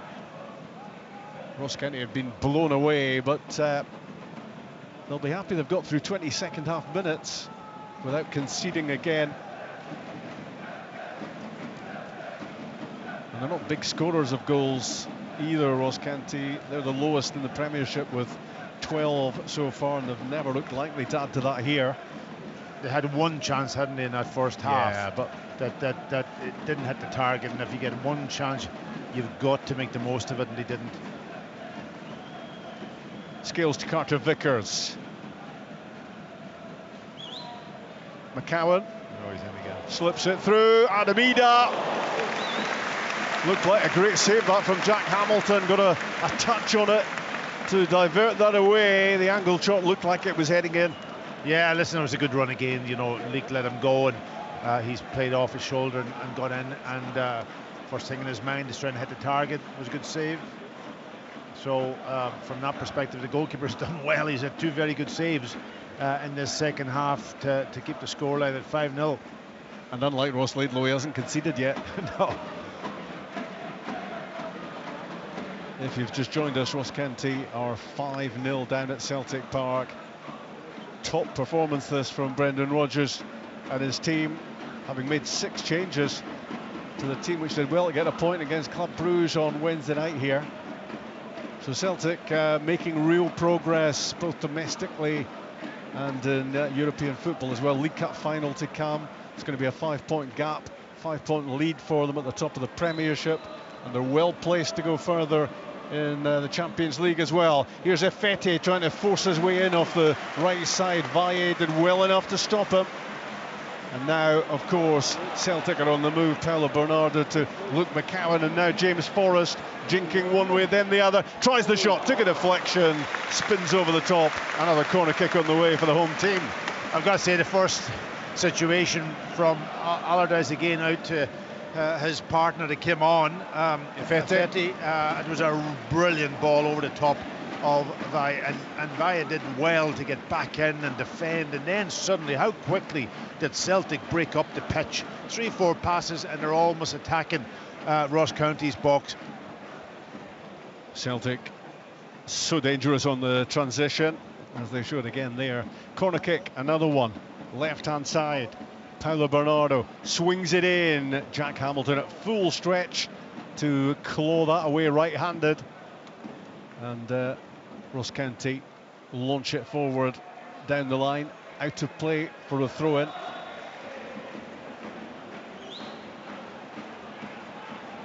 Celtic well into double figures for corners in this game, and they went ahead, of course, when Luke McCowan's corner was headed in by Liam Scales. Since then, McCowan himself scoring, Paolo Bernardo, Callum McGregor, Adamida. 5-0 at half-time, it's still 5-0. You asked me a question about Adamida before the game, and how well has he done? I think he showed today that he's got something really special. Getting games is going to be his big thing, and keeping really sharp. Played out by Kasper Schmeichel to Alex Valle. Now Liam Scales. Celtic controlling the game as they have done since kick-off. Tony Ralston getting some Celtic game time here as a replacement for Alistair Johnston. He's been getting better and better as a Scotland right back as well. As the pass on this side slips under the boot of Yang and out for a throw. It's pretty low key at the moment, the game, and that's suiting Ross County. But Celtic are about to make another change. Luke McCowan goes off. Big reception for him. He's made a big contribution to this scoreline for Celtic. The bad news for Ross County is that he's being replaced by Rio Hatate. Yeah, absolutely. But Luke McCowan, listen, I don't think it's been his best game today, but he's got his goal. He's made that little run into the box. And the assist for Scales. And assist for Scales, yeah. So all of that adds up, but you know, he's just be delighted to get on the pitch and get a game, and then, you know, but he just keeps. It's difficult because there's such a big squad and there's so many players, and they all need game time somehow. So it's Brendan's trying to manage that over the course of these domestic games, as long as the performance isn't deteriorated, and it hasn't been today. So that's been the good thing about it. Celtic cruising through this game. The job was done long ago. Just a question now about whether they want to put some more icing on top of the cake. Scales crossing halfway, left-hand side. Plays it wide. Valle. Yang heading for the byline. And sliding in was Fetty to concede another corner kick. He's done okay, Fetty, since he's come on.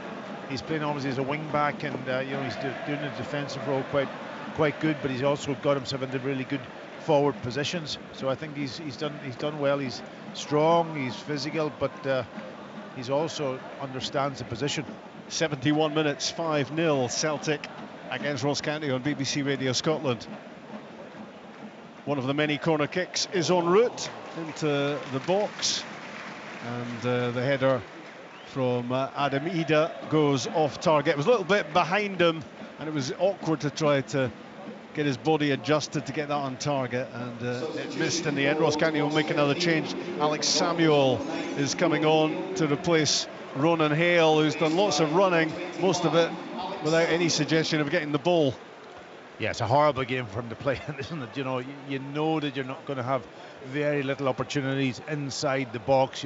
Your work is really just about trying to work Scales and work Carter Vickers and working between them. And if you do get a touch of the ball, then you've got to try to make the most of it.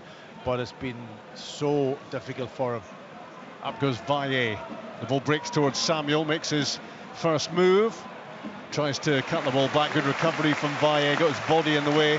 Stopped the ball coming in. It must have ricocheted back off Samuel, because goal kick is the ruling on that.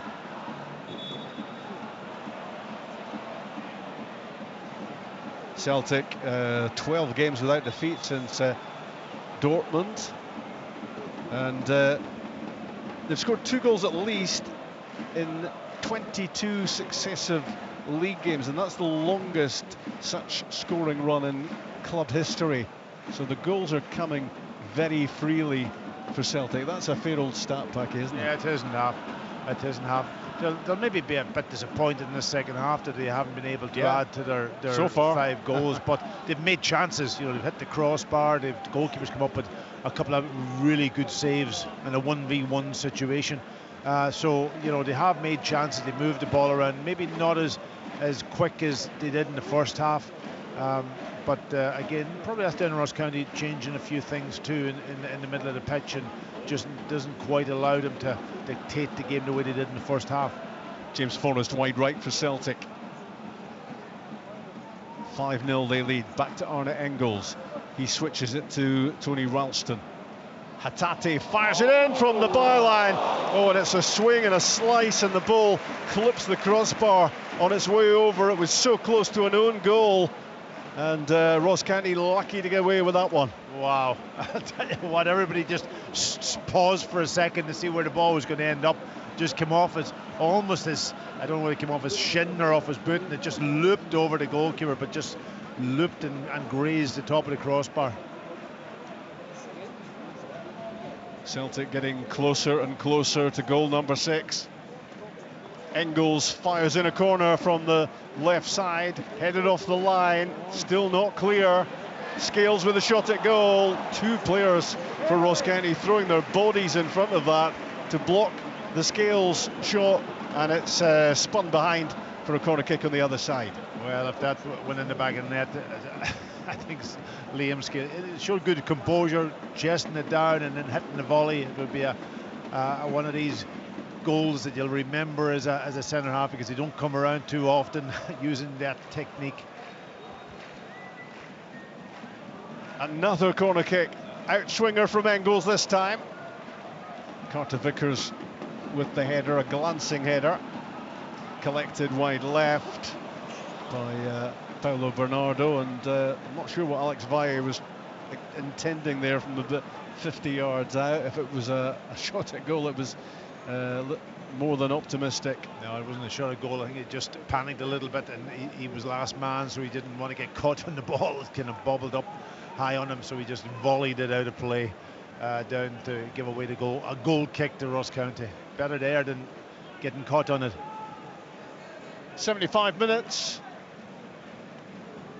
And that's half an hour without conceding for Ross County after a first half in which they saw the ball hitting in the back of the net 5 times.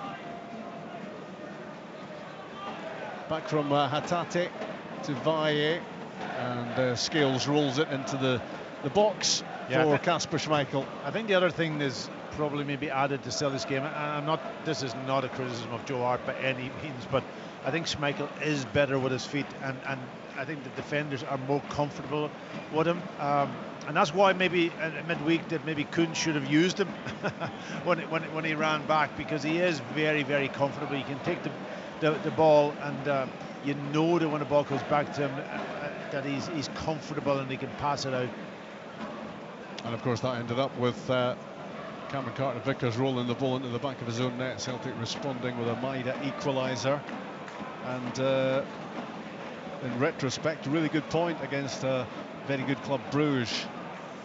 Good ball winning for Ross County from Victor Loturi, and he finds Alex Samuel. Back with Loturi, but surrounded by hoop shirts. Celtic win it back.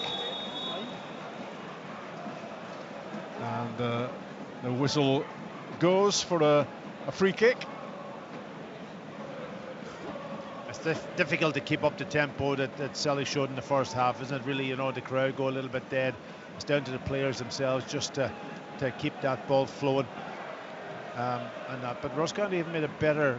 I think the structure has been better. You know, Allardyce coming in, sitting almost as a player at the back. Atate's pass finds Ida on the byline, and he rolled it back to Yang, who blasts the cross way beyond everyone, and even Tony Ralston couldn't keep it in. Out for a throw-in on the other side. Nicely built up until it came to Yang, who got the cross all wrong and looks to have hurt himself as he swung that in as well. Well, who would have thought at half-time that we'd be looking at knocking on 78 minutes and the scoreline would still be the same? Yeah, well, that's the point. So I think a little bit of credit must go to Ross County that they've been able to stem the flow, really, because it looked really ominous at half-time, and we were kind of, even Kenny was putting a bet on how many goals would be scored by Celtic, and you know, we were all of the opinion maybe that it could go to 7 or 8, but it hasn't happened, and that's down to, I think, just a change of personnel from Ross County's point of view. And I said Allardyce coming in midfield is strengthening things up. He's sitting in front of the back 3 players, and the other 2 then pushing forward a little bit more, and almost putting a little bit more pressure on the likes of, well, Callum's not playing anymore, Engels and Atati and so on. Here comes another change, and it's just going to be a swap at left back with Greg Taylor replacing Alex Valle. That after a sloppy crossfield pass from Rio Atati went out of play.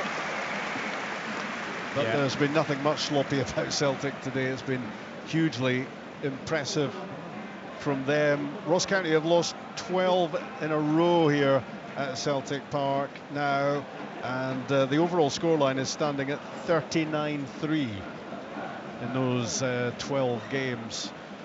So it's not a happy hunting ground, and well, the first half was a shocker for Don Cowie's team, but Celtic have done it to better teams than Ross County, to be fair. Most teams that come here at the moment, the way Celtic are playing, find it very, very difficult. Even it's difficult to stop them also. And look at the form Aberdeen were in when they got thumped 6-0 in the League Cup semi-final. Alex Samuel with a shot from 30 yards out. He just turned and smacked it, and it wasn't a threat at all for Kasper Schmeichel.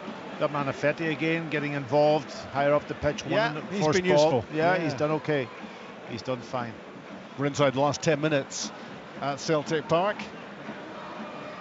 5 different goal scorers, which will please Brendan Rodgers. He likes goals coming from around the team. Greg Taylor's cross headed away by Ryan Leake.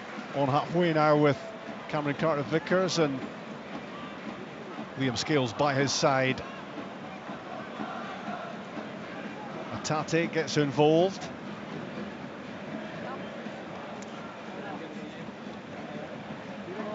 The gap at the top was 2 points, will be 5. Aberdeen will look to do something about that at Tynecastle tomorrow. And well, if Hibs win at Motherwell, Hearts will go into that game as rock bottom. They were joint level bottom with Hibs on 9 points ahead of today's games. Celtic have slowed things right down here now. They're quite happy just to keep the ball moving. Scales plays a ball down the middle, but all the way through to Jack Hamilton. Just keep the ball moving off your first, second touch, and then, you know, if you're closed down, they don't really have to go forward, but just manage the game out. But yeah, the fans will demand a little bit more, I'm afraid. That's the way it is at Celtic. The ball flies out of play just underneath us. Dundee United 1, St Mirren 0. Kevin Holt penalty has United ahead in that game. They got a point at Ibrox last weekend. Dundee and Kilmarnock 1-1 at Rugby Park, and that's not a great surprise. So many of their games have ended in a draw. Quite a lot of 2-2s I seem to recall between Kilmarnock and Dundee. Of course, Derek McInnes against Tony Docherty. They were together for so long, and now touchline rivals. Dundee United have started this season so well. If they can get another 3 points today against St Mirren, who of course beat Aberdeen last weekend. Yeah, it's been a good start for Dundee United. It's good to see them back and up in the top half of the table. Big reputation, big club. We're discussing other games because not much to talk of here. Job long ago done for Celtic. Ross County better second half, but Celtic have been able to ease off, make lots of changes, and not worry at all about the outcome. That's never been in doubt from very early on. 10 minutes when Liam Scales headed in off the underside of the bar. Atate plays a ball down the left side for Ida to chase, and Leake does pretty well to thump the ball off the Celtic striker and behind for a goal kick. Some of the Celtic fans have decided that's time to head for a libation or head for the car.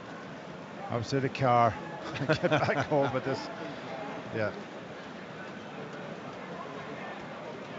Conclusive, comprehensive, emphatic. Choose your own adjective, but Celtic running the show from minute one here. And there's been a yawning gulf in quality between these two teams. And of course Ross County are in a pretty respectable position in the league at the moment with 15 points on the board. It's not as if they're in the relegation scrap as things stand. Yeah, and as Billy was saying, listen, this was always a free hit, really. And if you've got a chairman talking that way, then absolutely you'll take it as a manager. But Motherwell 0, Hibs 3. The ball is slipped through for Celtic to have another chance, and they're again denied by the frame of the goal.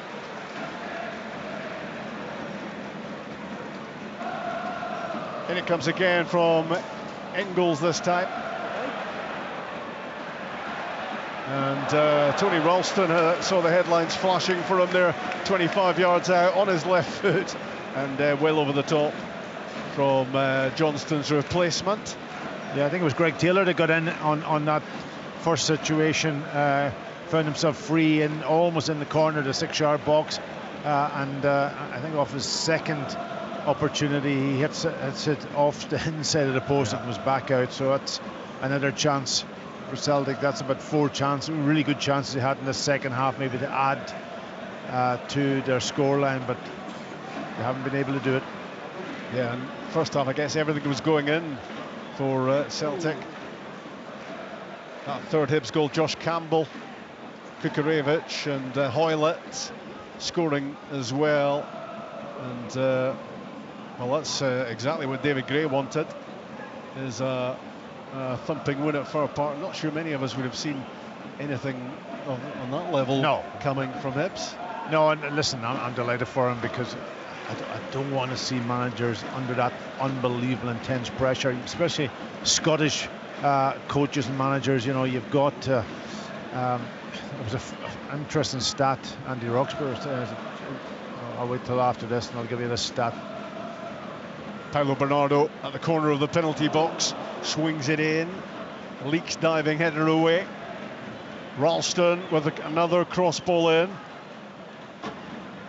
Cross is flying into the Canty penalty box at the moment as Celtic look to add to their 5 goals they scored in the first half. Yeah, I was going to give you the stat. It was based on the Scottish coaches and managers. It would be the first time in 130 years, if Russell Martin, who's bottom of the Premier, ended up losing his job, that there would be no Scottish manager in the top 2 divisions down in England. That is depressing, Packy. I wish you hadn't told me that now. No, it's amazing when you think about the fantastic Scottish managers that lit up the game. James Forrest with a clever bolt of the byline for Paolo Bernardo. Late on at Celtic Park. Are the home team going to add to their 5 goals already? Hatate getting the ball from Ralston.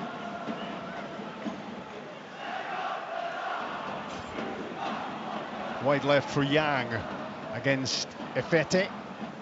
Putting his foot on it on the byline. Spinning out, Taylor. Back to Scales. And now Carter Vickers.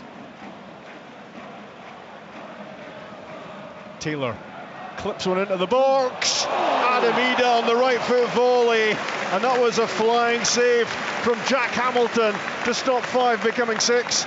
Oh, another good save from the goalkeeper. He's played well in the second half, but a really good play again from Celtic.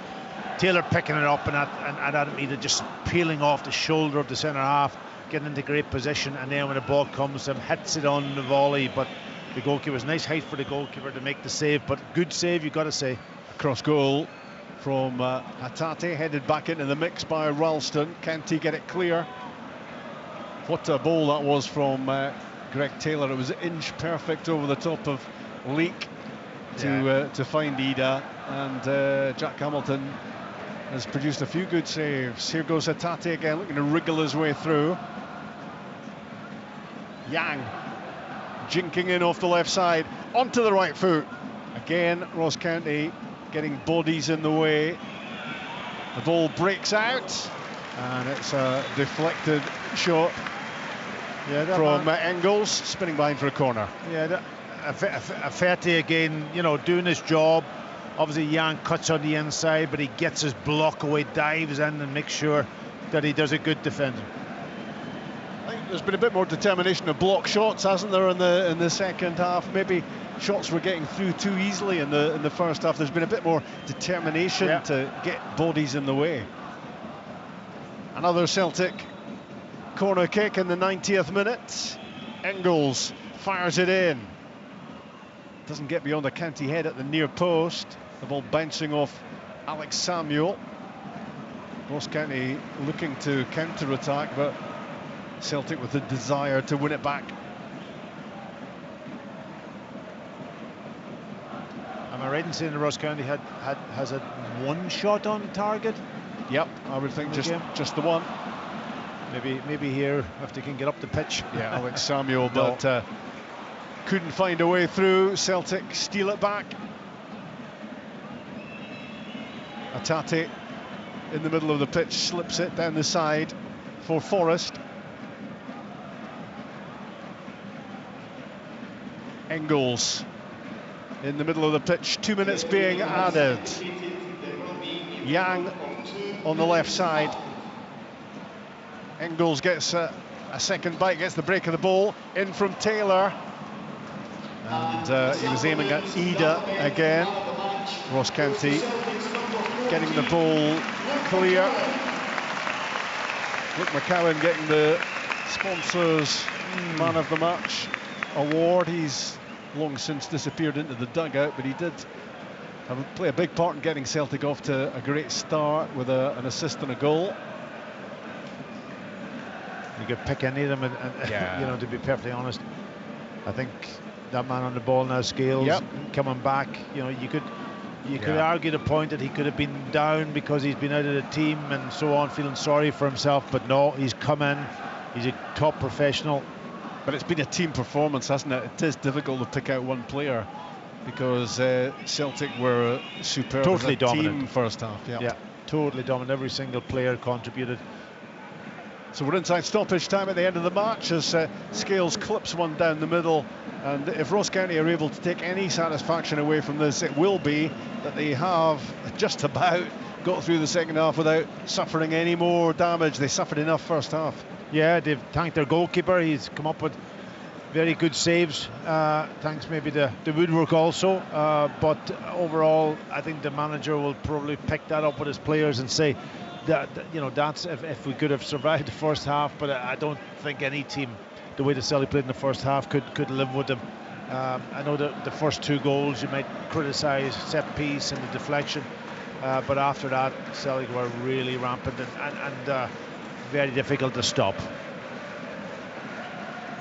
Almost over at Celtic Park, and Ross County will be relieved about that as the final whistle goes. All the damage done in the first half. 5 different goal scorers, Scales and McCowan, Paulo Bernardo, McGregor, Ida, and despite hitting the frame of the goal a couple of times, and Jack Hamilton producing some good saves second half, Celtic were unable to add to that, but they win in style and they go 5 points clear at the top of the Premiership. Celtic 5, Ross County 0.